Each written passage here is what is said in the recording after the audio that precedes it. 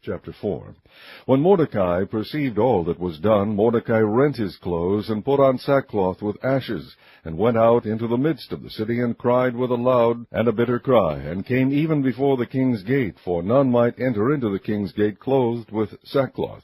And in every province, whithersoever the king's commandment and his decree came, there was great mourning among the Jews, and fasting, and weeping, and wailing, and many lay in sackcloth and ashes. So Esther's maids and her chamberlains came and told it her.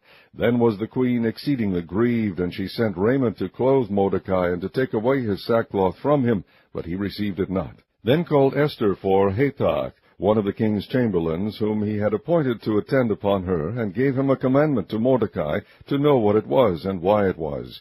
So Hathach went forth to Mordecai unto the street of the city, which was before the king's gate. And Mordecai told him of all that had happened unto him, and of the sum of money that Haman had promised to pay to the king's treasures for the Jews, to destroy them. Also he gave him the copy of the writing of the decree that was given at Shushan, to destroy them, to shew it unto Esther, and to declare it unto her, and to charge her that she should go in unto the king, to make supplication unto him, and to make request before him for her people.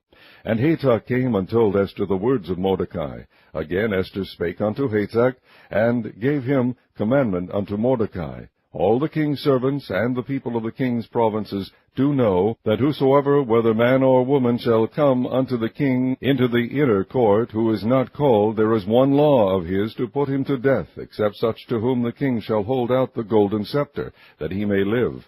But I have not been called to come in unto the king these 30 days. And they told to Mordecai Esther's words. Then Mordecai commanded to answer Esther, Think not with thyself that thou shalt escape in the king's house more than all the Jews. For if thou altogether holdest thy peace at this time, then shall their enlargement and deliverance arise to the Jews from another place. But thou and thy father's house shall be destroyed, and who knoweth whether thou art come to the kingdom for such a time as this?